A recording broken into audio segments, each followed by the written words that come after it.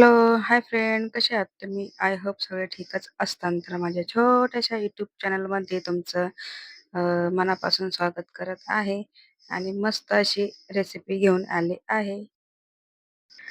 आज मी एक new recipe घेऊन आलेली आहे. ती म्हणजे पावभाजी. पावभाजीसाठी बघा मी काय-काय घेतलेलं आहे. ग्रीन वाटाणे घेतलेले आहे, फ्लॉवर घेतलेले आहे, 2 टमाटे घेतलेले आहे, शिमला मिरची घेतलेली आहे, गाजर घेतलेलं आहे, बटाटो घेतलेले आहे आणि एक बीट घेतलेला आहे. तर चला आपण रेसिपीला स्टार्ट करूया. सर्वात आधी आपण कुकिंगला स्टार्ट करण्याच्या अगोदर माझ्या चॅनलला सबस्क्राईब केलं नसेल तर चॅनलला माझ्या सबस्क्राईब करून घ्या आणि वळूया आपल्या पुढच्या कुकिंगसाठी. आणि आता मी कुकरमध्ये हे सर्व जे आहे भाज्या मी कुकरमध्येच शिजवून घेणार आहे. तर आपण कुकरमध्ये तेल टाकलेलं आहे आणि तेल आपलं गरम झालेलं आहे. त्याच्यामध्ये मी 7 ते 8 पाकळ्या अशा घेतलेल्या आहे लसूणच्या. ते ह्याच्यामध्ये ॲड केलेलं आहे आणि ते आपण थोडंसं तळून घेणार आहे.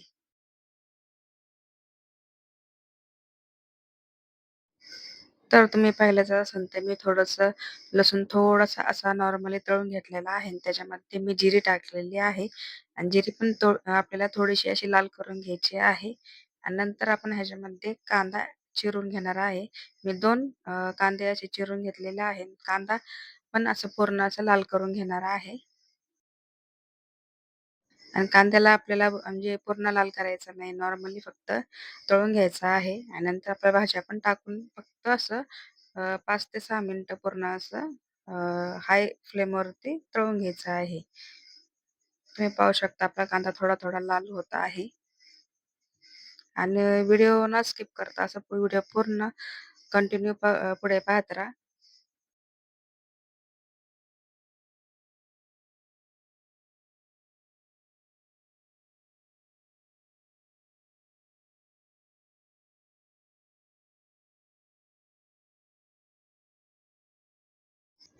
तर तुम्ही पाहू शकता मी थोडासा कांदा असा लाल करून घेतला आहे आणि ह्याच्यामध्ये आता मी टाकलेलं आहे जे आपण चिरून घेतले होते फ्लॉवर, बटाटो आणि वाटाणा.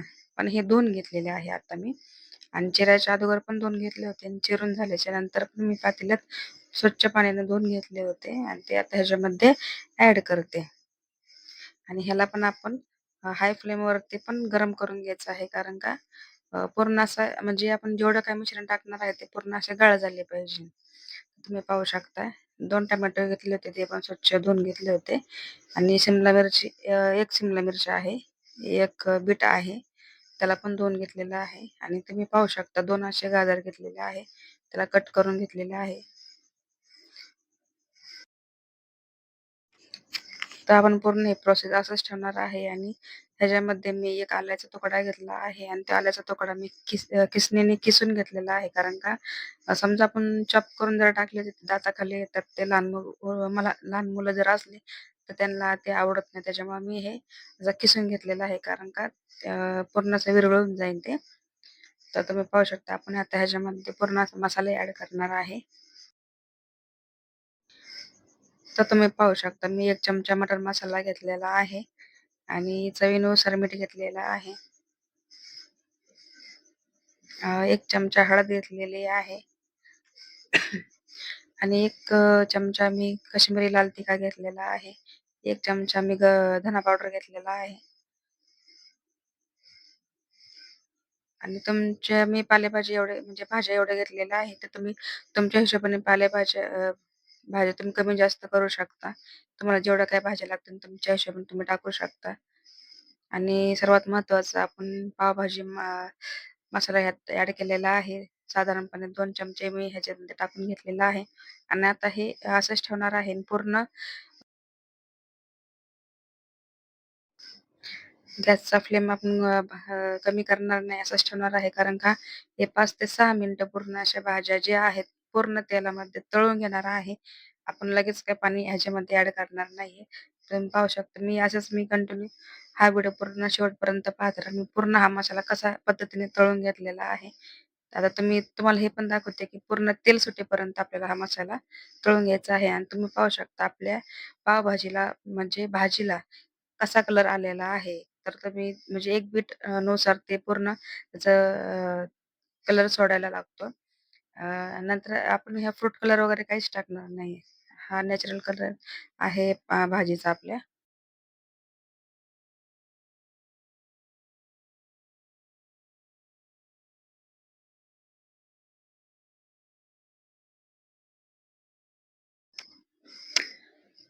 तर तुम्ही पाहू शकता आपल्या भाजीला पूर्ण असं तेल सुटायला लागलं आहे आणि पूर्ण एकत्र होईपर्यंत मी हा सगळा मसाला, ह्या भाज्या पूर्ण असं तळून घेतलेला आहे. कारण का आपल्या ह्या भाज्या छान असं तळल्या, एकदम आपली भाजी जी आहे एकदम छान होणार आहे. तर तुम्ही पाहू शकता भाज्या मी पूर्ण असं तळून घेतलेलं आहे. आता ह्याच्यामध्ये फक्त मी 1च ग्लास म्हणजे सध्या पाणी गार घेतलेलं आहे आणि ते ह्याच्यामध्ये ॲड केलेलं आहे आणि आता पूर्ण एकत्र करून ह्याला मी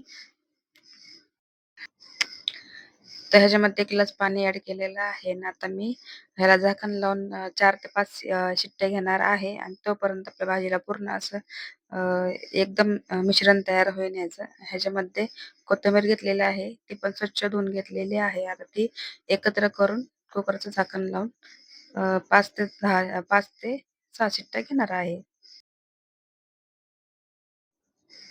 व्हिडिओ न स्किप करता असा व्हिडिओ शेवटपर्यंत पाहत राहा. तर भेटूया 5 मिनिटाच्या नंतर.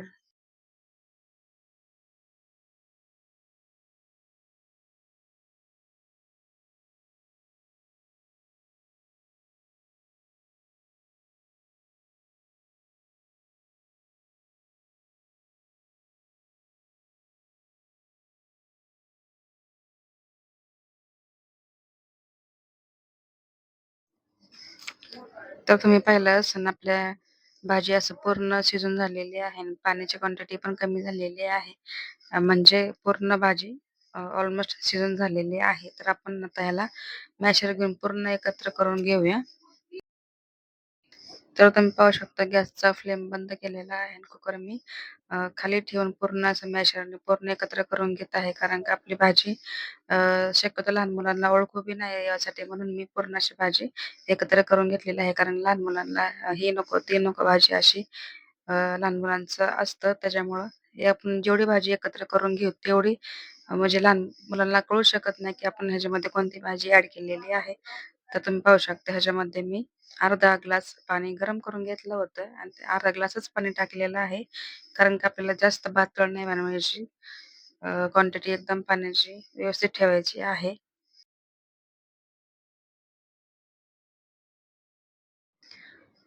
आता आपण फक्त ह्याच्यामध्ये अर्धा ग्लासच पाणी ॲड केलेलं आहे. पण भाजी एकदम परफेक्ट अशी झालेली आहे. कारण का पातळ झाल्याच्या नंतर त्याचा काहीच उपयोग राहत नाही.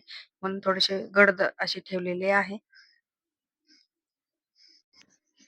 तर 2 ते 3 मिनिटं मी भाजीला उकळी येऊन दिली होती आणि आपली भाजी भाजी ऑलमोस्ट झालेली आहे. तर फायनली आपली पावभाजी बनून तयार झालेली आहे. हा व्हिडिओ तुम्हाला कसा वाटला? व्हिडिओ जर आवडला असेल तर व्हिडिओला लाईक करा, चॅनलला सबस्क्राईब करायला विसरू नका आणि चॅनलला सबस्क्राईब करायला अजिबात पैसे लागत नाही आणि चॅनलला सबस्क्राईब केलं तर माझ्या छान-छान अशा रेसिपी तुम्हाला बघायला मिळतील आणि तुमच्यासाठी मी खास-खास अशी रेसिपी घेऊन येत जाईन आणि भेटूया नेक्स्ट व्हिडिओमध्ये. तर तोपर्यंत तुम्ही स्वतःची काळजी घेत जा. सर्वात महत्त्वाचं खात जा आणि अशाच माझ्या व्हिडिओला लाईक करत जा, सबस्क्राईब करत जा. भेटूया नेक्स्ट व्हिडिओमध्ये. बाय. Take care.